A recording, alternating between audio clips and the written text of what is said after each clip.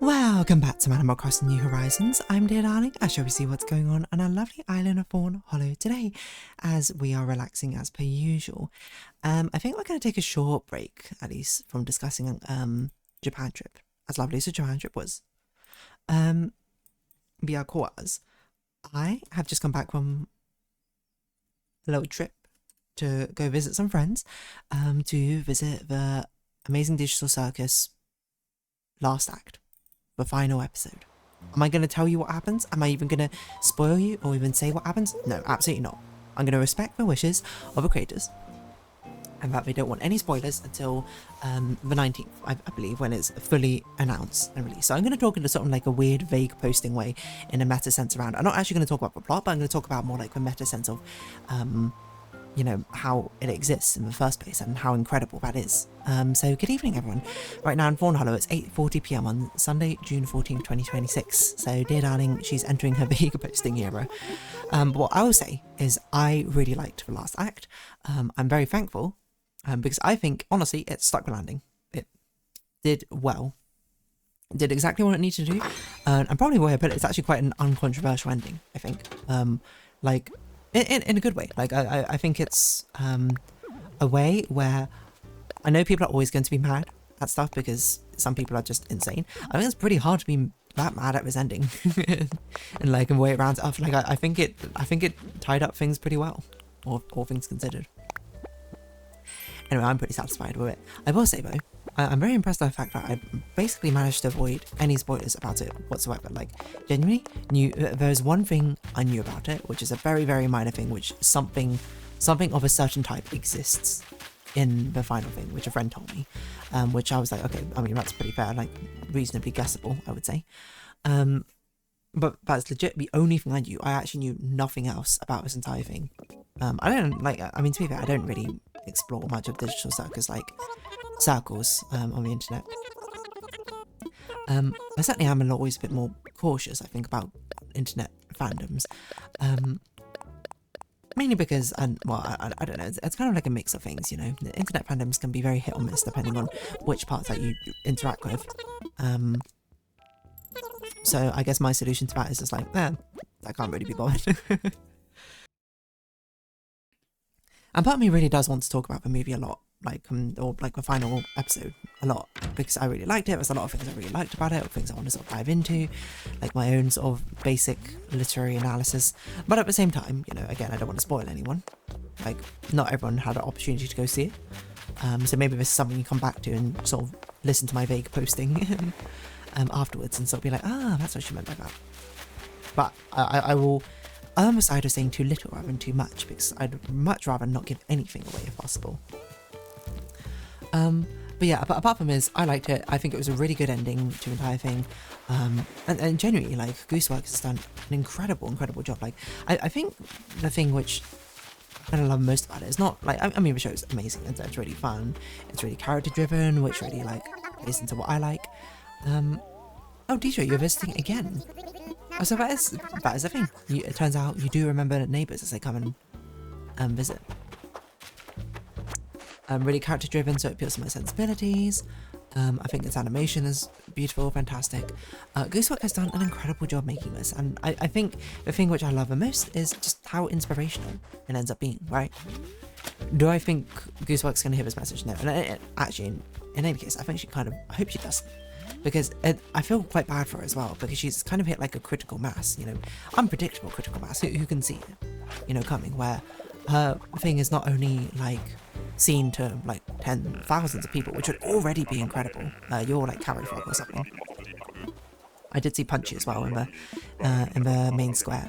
Not only is it a thing which appeals to like hundreds and thousands of people or something, which would already be incredible, mind you. Like, I think most creators would be enamored by that, like, when they're starting out being like, whoa, this has been seen by thousands of people who all enjoyed it. Like, but her series and show is now being reached to, like, millions, probably, of people, globally. Like, I think it's hard to understate the fact that, you know, how incredible it is that indie animation got a cinema screening of its final episode. Not only that, final 2 episodes combined together. That is incredible. it's a dream come true, I'm sure, for a lot of people. Whether Gooseworks feels that way or not, it's I don't know. That's kind of her emotions. You know, it's not for me to decide. But I really, really hope because when anything gets to such a critical size and mass, you're gonna get so many trolls and so many just negative people. You know, people who, for whatever reason, make it their life mission to be like, whoa, people like this popular thing, I'm going to make sure everyone knows I hate this popular thing.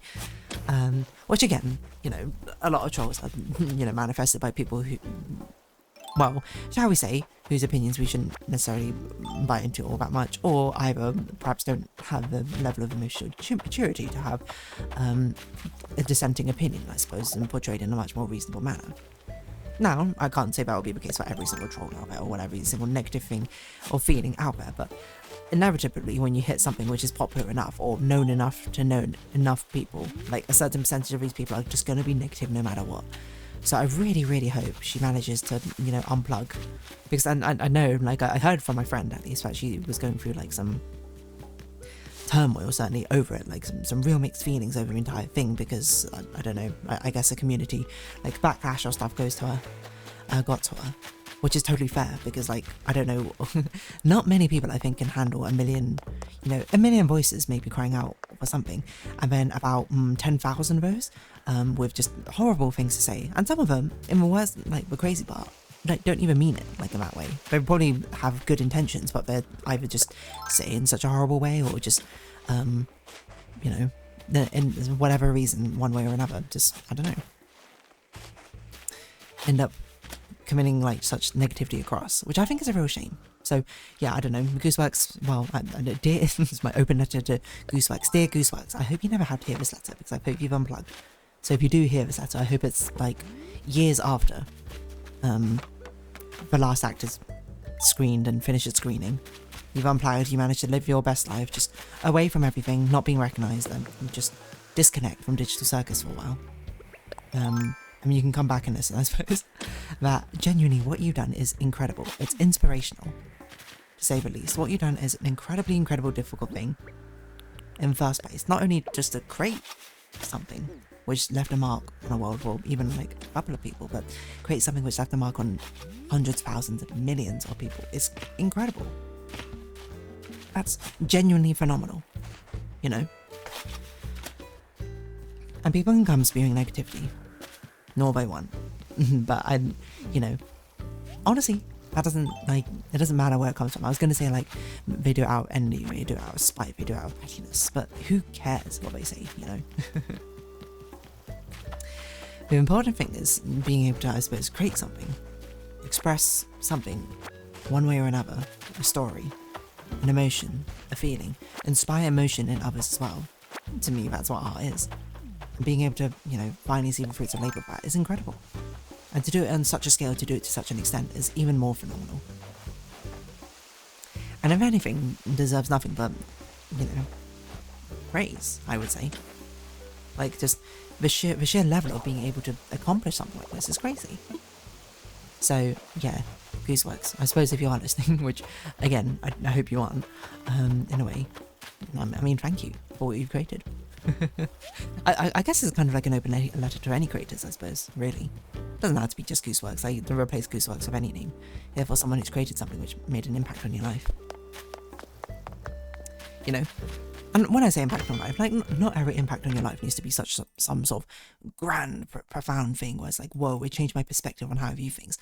I mean, Digital Circus entertained me for good several months, several years, or whatever, made me think about, you know, some fun theories about what could be happening, made me very excited every time an episode dropped. Sometimes that's enough. Do I need anything more? Do I need to justify anything more? Probably not. So, it truly is, I think, something which should be, you know, praised for not only creating art being something, to me, which is the creation of something which evokes emotions in others, you know, in some cases both positive and negative, and a mixture of both. But I also think, you know, it's also very, you know, wonderful to be able to create something which inspires other people too. The only reason, you know, I say why Gooseworks shouldn't this message, I suppose, in the first place, is the fact that I think it's probably hard to sift out. Not many people can, in the immediate aftermath of something, sift out the positivity and negativity. Like, after you finish a project that big, what do? Like, there's probably an unending sense of just nothingness. Just being like, what do I do now? I poured my life, my heart, my soul into this, and now it's done. And some people hate it, and then it's so easy to focus on the haters rather than the positive, because people are going to come out, but people are going to say, but there's so many things which I would say, in the general sense, I very much appreciate that this finale did a lot more sharing, not telling, like things spoken or communicated through subtext. Is it the most subtle subtext in the world? In my opinion, not really, but, you know, depends on the, you know, target audience. I don't think it needs to be the most subtle thing in the world, because I think honestly, a lot of it is very, you know, well paced through an entire story to give signs and meanings. You know, nothing feels like a punch from nowhere. That's probably how I'd say it. So yeah, it truly is an incredible thing. In my eyes, very inspiring for me personally as well, because it's like, I have so many stories which I have in my mind, which I'd love to be able to share in one way or another. And the Gooseworks, you know, by doing this, has basically gone to every single creator, every single artist out there. I've been like, it's possible. You can do it too. Doesn't need to be on a scale that Gooseworks did. Like, my word, that'd be incredible to hit anything like that level of fame or success or something. But I think the fact that simply it exists, even if it was the worst finale ever, which it wasn't, by the way, again, props to actually making a good finale, which sticks the landing. Just the fact that it almost exists through sheer existence is incredible. So yeah, I don't know. I hope she's getting a lot of good rest off. Now in this period after. Oh yeah, signed, Dear Darling. It was a bit of a rambling letter towards the end. I think if I was a bit more poetic and not doing this in the middle of an Animal Crossing video, I'd probably make it a bit more poetic, but still. It really is incredible, and that was kind of like the thing when I sat down and was just sort of watching it, just being like, this is amazing, you know. The same thing, like, I mean, Vivcy Pop also, I suppose, very much did as well with the Amazon original, like, Has-Been Hotel. Does Has-Been Hotel have its shortcomings from a narrative standpoint? Yeah, absolutely, sure it does. But the fact that, like, it's an indie animation, you know, one creator coming out from, you know, simple animations, eventually being able to create something which, you know, gets released on a streaming service, a whole series. Like, most people couldn't even dream of doing something, or most people do dream of doing something like that. And that's beautiful. And really, it's such a shame how much these creators get, because I think the creators would get the most hate from it are the ones who end up interacting with the community the most, because as individuals, people can be quite polite and thankful and appreciative, but I think as a collective, it's very difficult for those opinions necessarily to get heard upon the negative ones, because of course outrage generates more interest, shall we say. You know, what are you going to click on? A thumbnail art which says, the Digital Circus last act was fine or good. Or Digital Circus last act was the best thing I've ever seen. Or Digital Circus last act was the worst thing ever, and here's why. You should be bad for liking it or something. Of course, you know, you know, the certain sadness, I suppose, of the world of outrage being the one which is the most engaging, is, if anything, very, very tragic, I'd say. But anywho, I kind of don't know where I was going with this. I was going to be mindful of time, because I need to, you know what I should do is I should get the art fight stream, because the art fight stream reveal is going to be today. I should get the art fight stream up, muted, just in case I miss it. I don't even know where it is. Is it on YouTube maybe? It's not on Twitch. Yeah, like genuinely, I find it so inspirational to know that she did it, you know, and I feel so sad for, you know, both Vivcy Pops and Gooseworks of how much hate they receive in the first place, and how difficult it must be to tune out. I always say Vivcy Pops, it seems like she's doing a stellar job tuning out, or I don't know, like, actually just sort of trucks onwards. It's incredible. I don't know how I'd feel if I poured my heart and soul into something, released it out to the world, somehow, amazingly, like, I don't know, Netflix picks it up like an adaptation. I don't know, would my own sanity be able to survive being like, oh yes, here are, let's say, thousands of video essayists critiquing my work, saying how it's the worst thing they've ever watched and I should, you know, take my own life or something. Like, why? It's kind of like, you know, we're looping back here and I'm talking myself in a circle. It's kind of like why cinema wins. I love the concept of cinema wins. And cinema sins is like, I mean, it's fine for it existing. Like, I'm not saying there isn't a place for critique in this world, but I think, you know, I think it's an unfortunate crossover, I suppose, that, you know, I think it's lovely that people have opinions, people are willing to share them, people, you know, half of art is artist's intention and half of it is how you take it, right? How you interpret it, whether it is aligned with your intentions or not, you know? That is art. Like, I think it would be unfair to deny that privilege on people to be able to interpret art in their own way. But I think it's more so, I suppose, the bad faith interpretations, or the fact that because of a prevalence of social media, a prevalence of being how easy it is to just get your voice out here. I mean, look at me. I've got like probably like 30,000 hours or something on my voice out here. How many of these opinions, which, you know, if you have critiques or something, before the prevalence of social media, would just be like, oh, you just like share them like a few friends or something.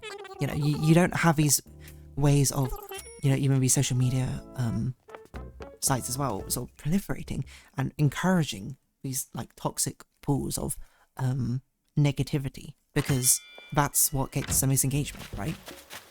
You know, you could say like a negative opinion, and then back in the day, like before the proliferation of social media, it would just be like, okay, you know, lost and win. Maybe you say to your friends, and your friends will be like, yeah, I hate us too because of XYZ reason, or what are you talking about? Who knows? Who cares?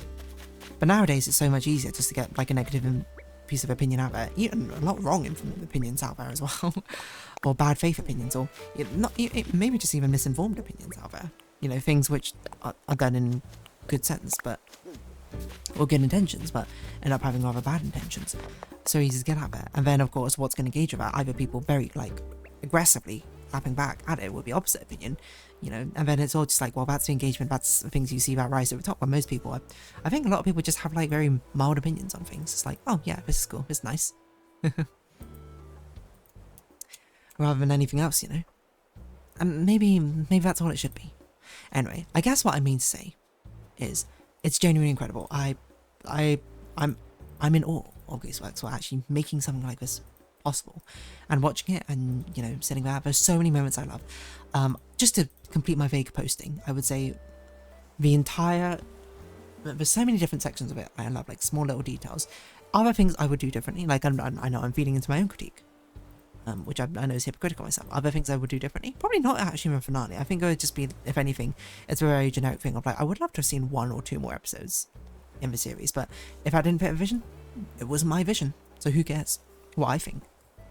But oh my gosh, yeah, there's an entire sequence, which I'm trying to think how to say it without a spoiler away.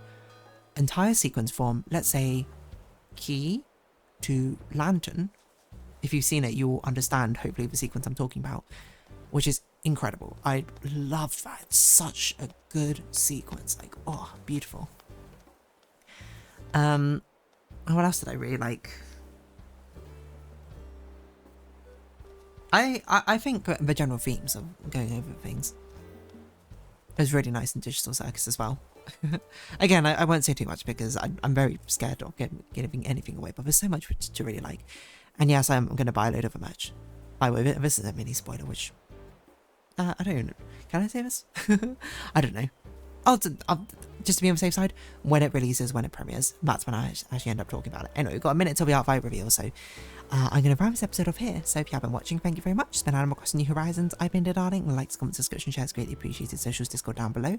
Hope we can see each other again, but for now, it's our farewell. So until next time, bye-bye for now.